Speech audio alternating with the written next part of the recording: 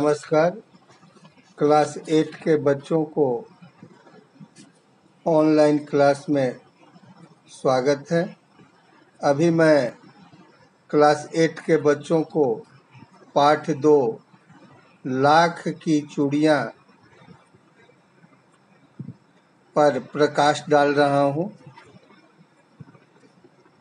लाख एक धातु है जिसके द्वारा चूड़ियाँ बनाई जाती हैं।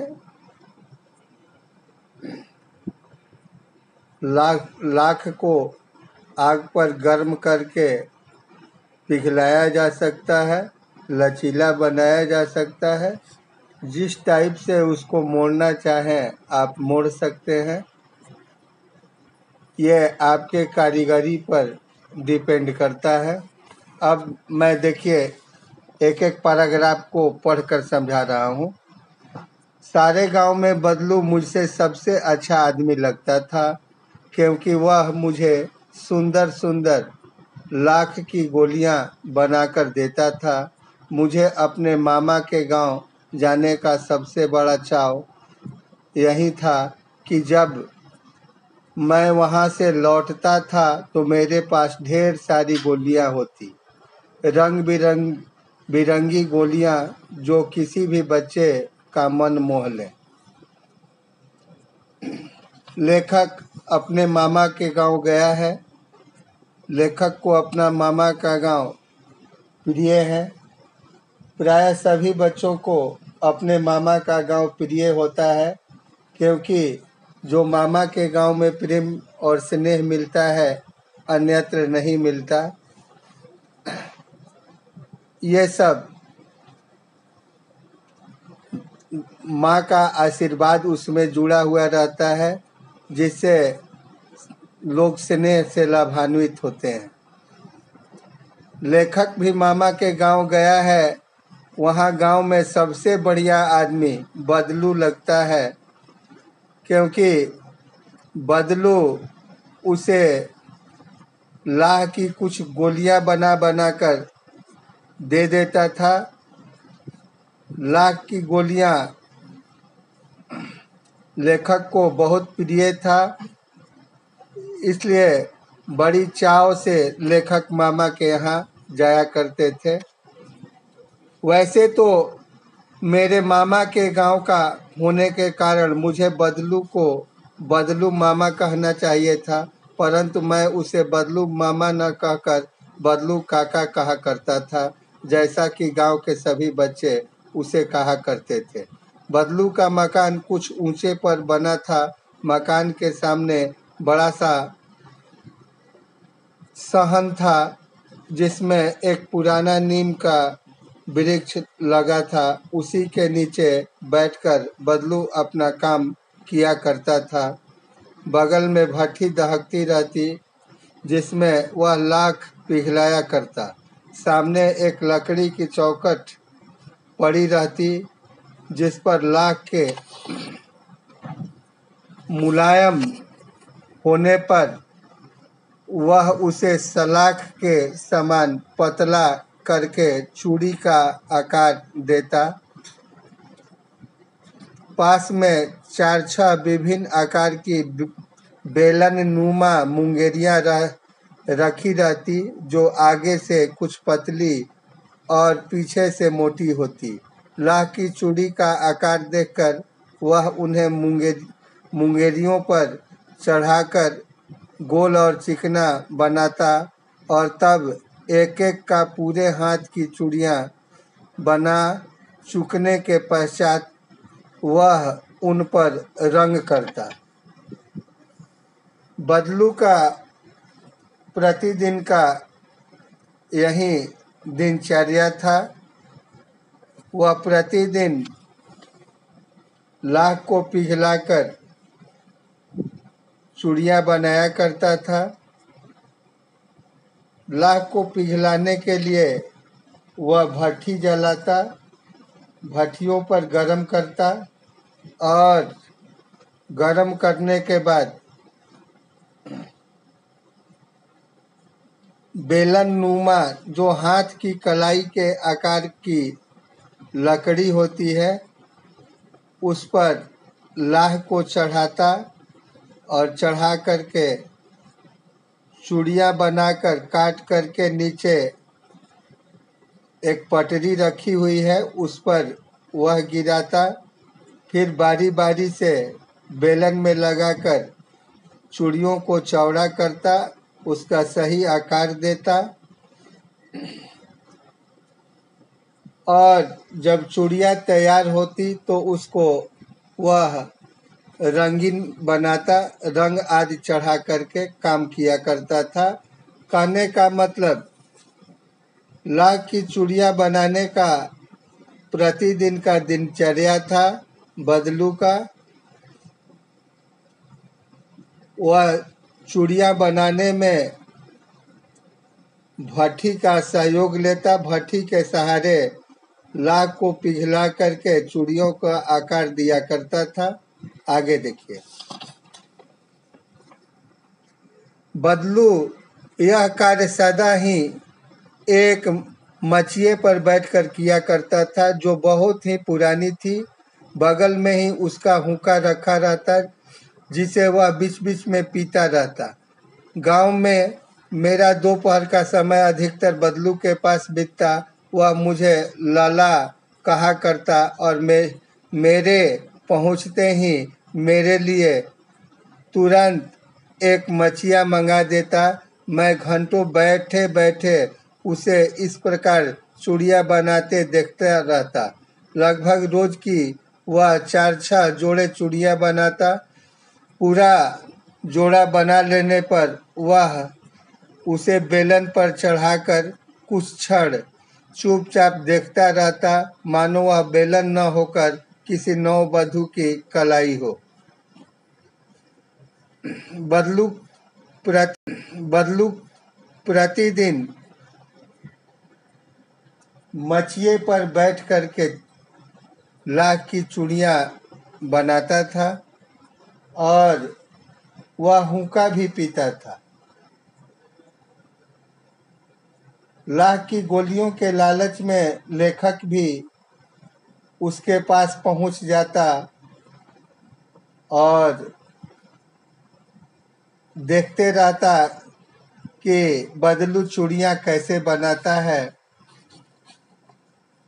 चूड़ियों का आकार देने के बाद वह नववधू की कलाई की तरह मुंगेरी पर चूड़ियों को चढ़ाता और उसको ठोक पीट करके ठीक करता रहता। बदलू मनिहार था। चूड़ियाँ बनाना उसका पैतृक पेशा था और वास्तव में वह बहुत ही सुंदर चूड़ियाँ बनाता था। उसकी बनाई हुई चूड़ियों की खपत भी बहुत थी। उस गांव में तो सभी स्त्रियां उसकी बनाई हुई चूड़ियाँ पहनती ही थी। आसपास के गांवों के लोग भी उससे चूड़ियाँ ले जाते थे, परंतु वह कभी भी चूड़ियों को पैसा से बेचता न था। उसका अभी तक वस्तु विनिमय का तरीका था और लोग अनाज के बदले उससे चूड़ियाँ ले जाते थे। बदलू स्वभाव से बहुत सीधा था। मैंने कभी भी उसे किसी से झगड़ते नहीं देखा। हाँ, शादी विवाह के अवसर पर वह अवश्य जिद पकड़ जाता था। जीवन भर चाहे कोई उससे मुफ्त चूड़ियाँ ले जाए, परंतु विवाह के अवसर पर वह सारी कसर निकाल लेता था। आखिर सुहाग के जोड़े का महत्व ही कुछ और होता है। मुझे याद है, मेरे मामा के यहाँ किसी लड़की के विवाह पर जरा सी किसी बात पर बिगड़ गया था और फिर उसको मनाने में लोहे लग गए थे। विवाह में इसी जोड़े का मूल्य इतना बढ़ जाता था कि उसके लिए उसकी घरवाली को सारे वस्त्र मिलते, ढेरों अनाज मिलता, उसको अपने लिए पगड़ी मिलती और रुपए जो मिलते सो अलग। हाँ, बदलू जाति का मनिहार था। मनिहार कहते हैं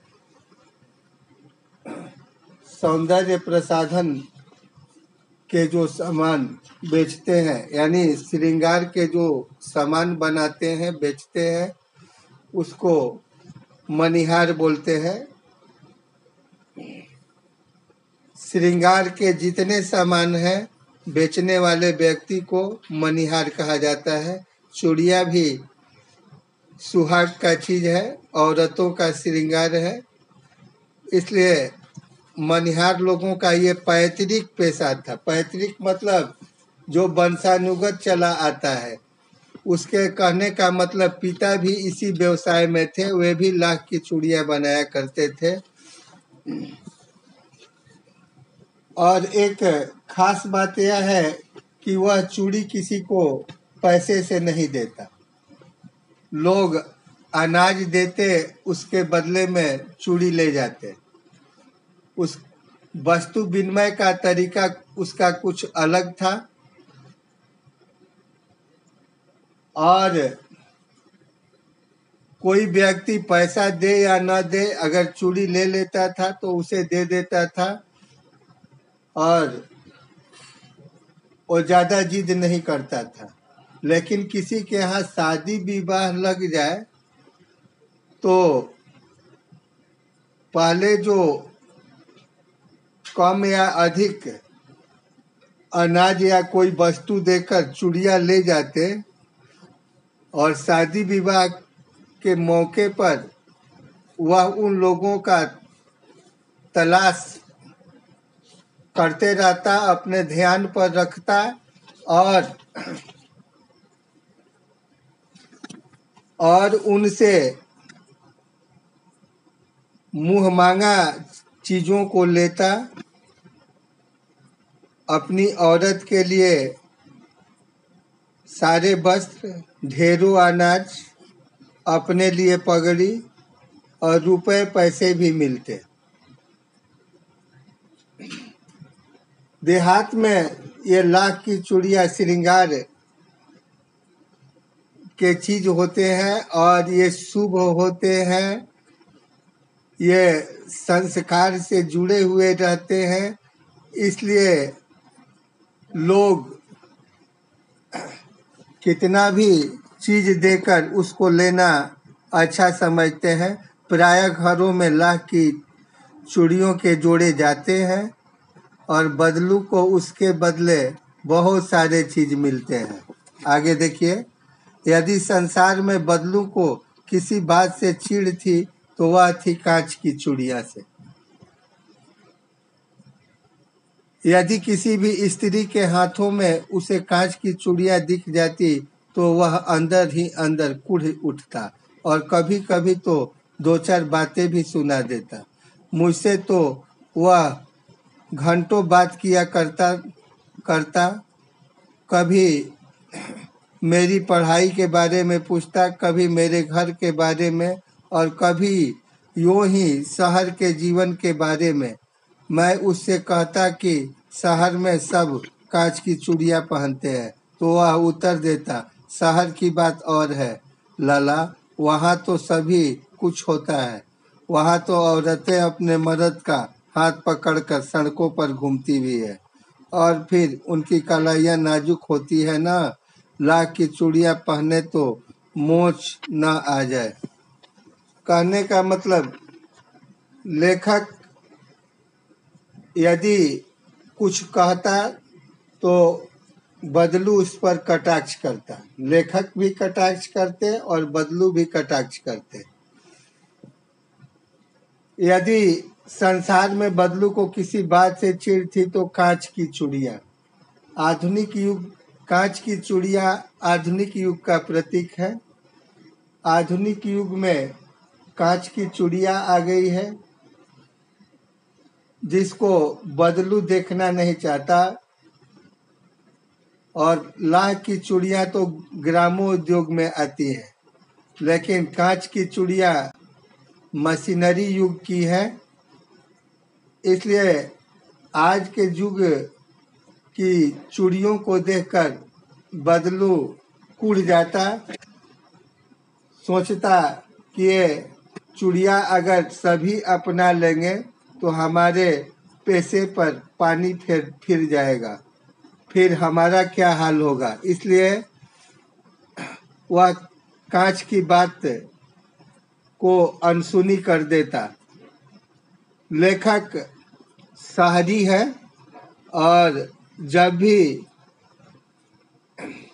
कांच की चूड़ियों के बारे में कहते तो उस पर बदलू कटाक्ष करता। कभी कभी बदलू मेरी अच्छी खांसी खातिर भी करता। जिन दिनों उनकी गाय के दूध होता वह सदा मेरे लिए मलाई बचा कर रखता, और आम की फसल में तो मैं रोज ही उसके यहाँ से 2-4 आम खा आता। परंतु इन सब बातों के अतिरिक्त जिस कारण वह मुझे अच्छा लगता था वह यह था, लगभग रोज ही वह मेरे लिए 1-2 गोलियां बना देता। बच्चे को खाने पीने से अधिक खेलने की चीजों पर ध्यान रहता है। रोज बदलू के यहाँ लेखक को जाने से बदलू से लेखक का अटूट लगाव भी हो गया था। ऐसे मामा गांव लेखक गया था तो बदलू भी मामा ठहरा। ऐसा जानकर गांव घर के बच्चे को वह अपना बच्चा समझकर वह लेखक को काफी मानता था, और कभी कभी लेखक को मलाई या आम खिला दिया करता था, क्योंकि बच्चे थोड़ा चटोर होते हैं, खाने पीने पर अधिक जोर देते हैं। इसलिए लेखक का बदलू से कुछ लगाव अधिक हो गया था, और खास लगाव होने का कारण था कि 1-2 गोलियां प्रतिदिन लाख की बदलू बना दिया करता था। मैं बहुधा हर गर्मी की छुट्टी में अपने मामा के यहाँ चला जाता और 1-आध महीने वहाँ रहकर स्कूल खुलने के समय तक वापस आ जाता। परंतु 2-3 बार ही मैं मामा के यहाँ गया होऊंगा, तभी मेरे पिता की एक दूर के शहर में बदली हो गई, और एक लंबी अवधि तक मैं मामा के गांव न जा सका। कहानी मोड़ ले रही है, ध्यान देंगे। बदलू तो हर साल मामा के घर जाया करता था, 2-3 बार गया होगा, और जब भी जाता तो वह बदलू के यहाँ अधिकांश समय गवाता, क्योंकि बदलू जब लेखक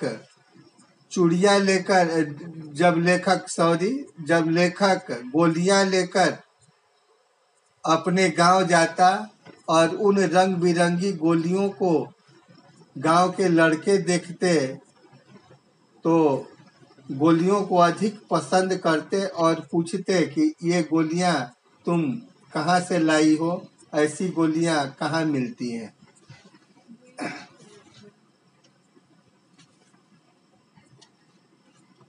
हाँ, आगे ध्यान देंगे। तब लगभग 8-10 वर्षों के बाद जब मैं वहां गया, पिताजी की बदली हो गई थी। किनके पिताजी की? लेखक के पिताजी की बदली हो गई थी कहीं दूर शहर में। पिता का तबादला होने के बाद उनका परिवार साथ में चला गया और लेखक भी चला गया, जिससे उसको गर्मी की छुट्टी में मामा के गांव आने को नहीं मिलता। 8-10 साल बाद वह मामा के गांव आया तो इतना बड़ा हो चुका था कि लाख की गोलियां में मेरी रुचि नहीं रह गई थी। अतः गांव में होते हुए भी कई दिनों तक मुझे बदलू का ध्यान न आया। चूंकि काफी अरसे गुजर चुके थे, इसलिए और लेखक बड़ा भी हो चुका था, इसलिए खेल तमाशा के चीजों की ओर लेखक का ध्यान नहीं जाता और बदलू उसके दिमाग से निकल गया था।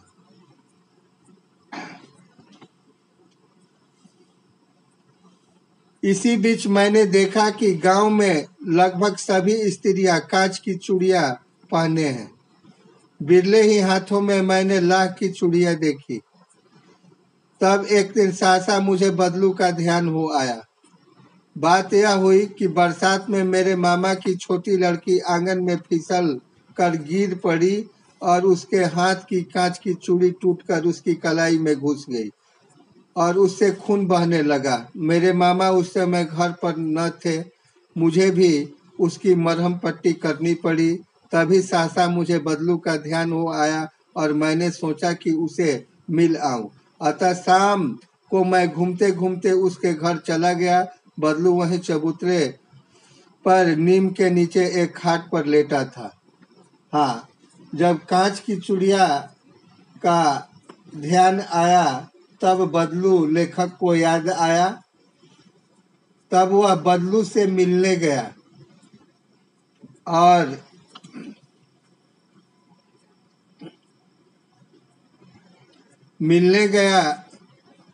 दूसरी बात यह है कि लेखक के मामा की लड़की, बरसात का मौसम था, लेखक मामा के घर में ही था, आंगन में फिसल गई। वह कांच की चूड़ियां पहनी थी और चूड़ियां उसकी कलाई में गड़ गई, चुभ गई। उस समय मामा घर में नहीं थे, लेखक ही थे। लेखक ने ही उसका उपचार किया।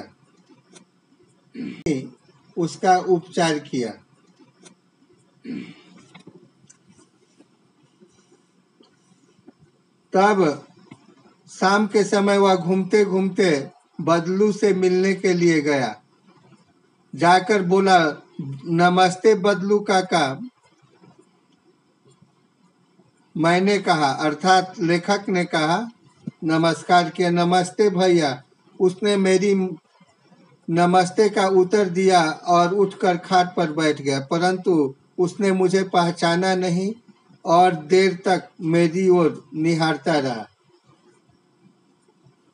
उसे लगा कि साधारण आदमी से इस तरह का आदमी मिलने कैसे आया है। वह आश्चर्य में पड़ गया और लेखक को देखे हुए उसे काफी दिन हो चुके थे। और दूसरी बात यह थी कि उस समय बदलू कुछ सोच में पड़ा हुआ था, क्योंकि उसका बिजनेस बंद हो चुका था।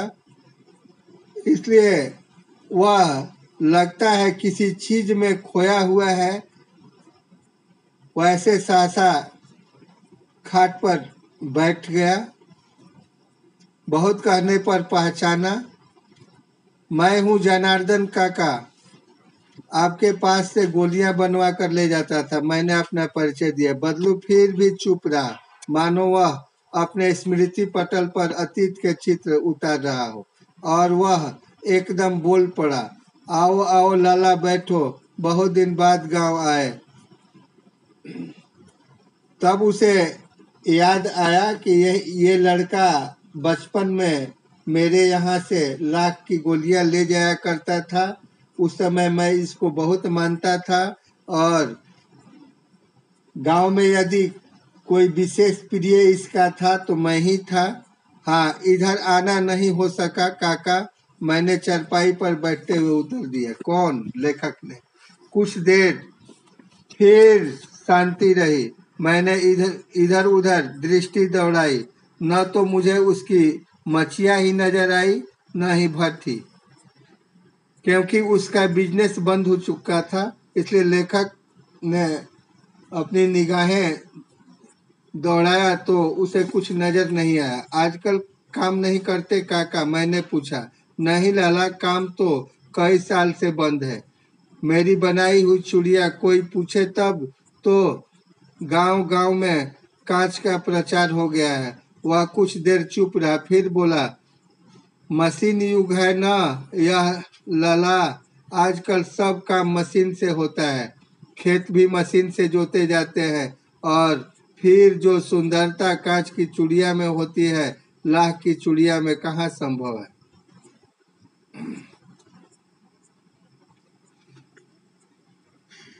कहने का मतलब, वास्तविक बातों से बदलू लेखक को परिचय कराया और कहा कि युग बदलने के साथ साथ सब कुछ बदल जाता है। आजकल मशीन का युग हो गया है। मशीन के चीज़ों को ज़्यादा लोग पसंद करते हैं, हाथ की बनाई हुई चीज़ों को कम करते हैं। लाख की चूड़ियाँ तो हाथ की बनाई हुई होती है, इसको कौन पूछता। लेकिन कांच बड़ा खतरनाक होता है, बड़ी जल्दी टूट जाता है। मैंने कहा, किसने? लेखक ने कहा कि कांच खतरनाक होता है। एक दिन की वाकया है, वह मामा की लड़की के साथ जो आप बीती हुई थी उसको बदलू से बताया। नाजुक तो फिर होता ही है लाला, कहते कहते उसे खांसी आ गई और वह देर तक खांसता रहा। मुझे लगा उसे दामा है। अवस्था के साथ साथ उसका शरीर ढल चुका था। उसके हाथों पर और माथे पर नसें उभर आई थी। जाने कैसे उसने मेरी शंका को भांप लिया और बोला, दामा नहीं है, फसली खांसी है। कहने का मतलब सीजनल खांसी है या महीने 2 महीने से आ रही है। 10-15 दिन में ठीक हो जाएगी। मैं चुप रहा। मुझे लगा उसके अंदर कोई बहुत बड़ी व्यथा छिपी है। व्यथा मतलब दुख। बदलू के अंदर दुख तो है ही कि उसका सारा बिजनेस ठप पड़ गया, आमदनी ठप पड़ गई, उम्र ढल गई और परवरिश करना भारी महसूस होने लगा। इस मशीनरी युग में कितने ही हाथ इस मशीनरी युग ने कितने हाथ काट दिए हैं। कहने का मतलब जो काम मजदूर करते थे, किसान करते थे, सैकड़ों हजारों मजदूरों और किसानों के हाथ जो काम पूरा करते थे उसको मशीन तुरंत पूरा कर देता है। आम की फसल अब कैसी है काका? कुछ देर पश्चात मैंने बात का विषय बदलते हुए पूछा। कहा कि ठप पड़ गया, आमदनी ठप पड़ गई, उम्र ढल गई और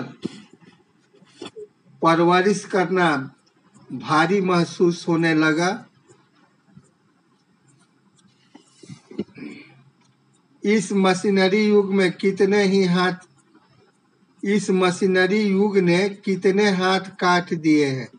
कहने का मतलब जो काम मजदूर करते थे, किसान करते थे, सैकड़ों हजारों मजदूरों और किसानों के हाथ जो काम पूरा करते थे उसको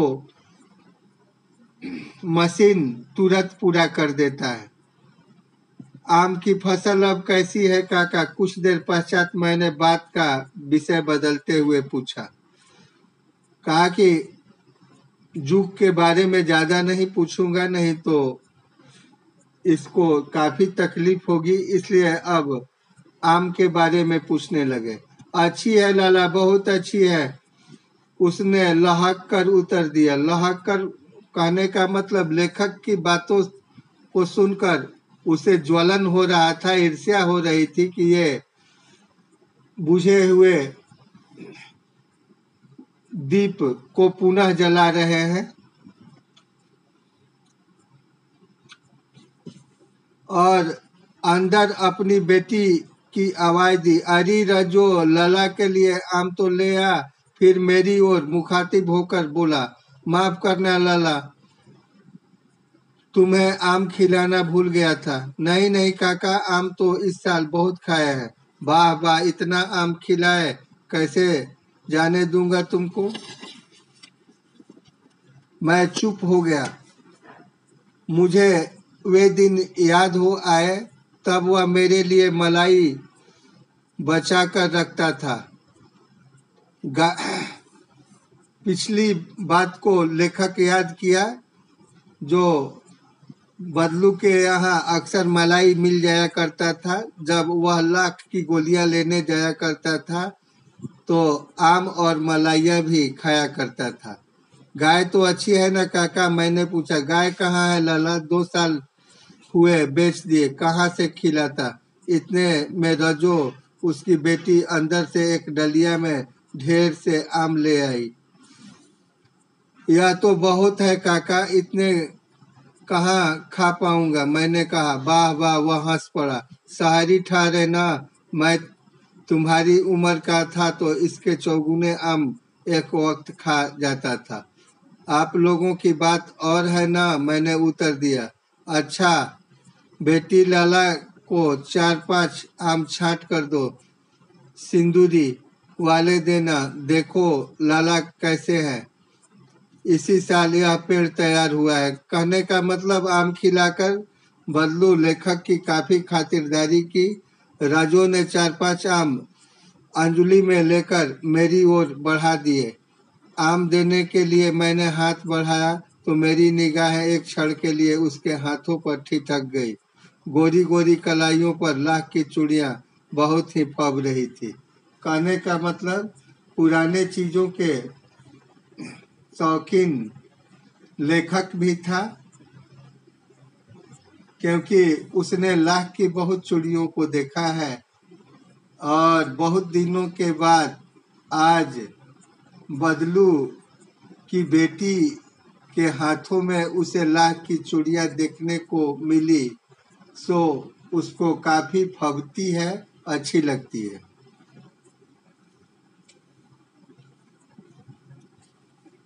बदलू ने मेरी दृष्टि देख ली और बोल पड़ा, यही आखिरी जोड़ा बनाया था जमींदार साहब की बेटी के विवाह पर। 10 आने पैसे मुझे दे रहे थे, मैंने जोड़ा नहीं दिया, कहा शहर से ले आओ। क्योंकि पैसे से आज तक उसने लाख की चूड़ियां नहीं दिया था, चाहे कोई कितना भी पैसे दे दे। उसको पहले सामान चाहिए तब वह चूड़ियां देगा, क्योंकि सुहाग के चीज उसके अनुसार पैसे से मोल नहीं लिए जाते हैं। मैं आम ले लिए और खाकर थोड़ी देर पश्चात चला आया। मुझे प्रसन्नता हुई कि बदलू ने हार कर भी हार नहीं मानी थी। कहने का मतलब गरीबी है, लेकिन अपने शान के आगे वह अपनी गरीबी शो नहीं करता। उसका व्यक्तित्व तो कांच की चूड़ियों जैसा न था कि आसानी से टूट जाए। कांच की चूड़ियां तो टूट सकती है, लेकिन लाख की चूड़ियां कभी टूट नहीं सकती। ये धरोहर है, भारत के संस्कृति और सभ्यता से जुड़ी हुई है और सुहाग के ये मुख्य सामान है। धन्यवाद।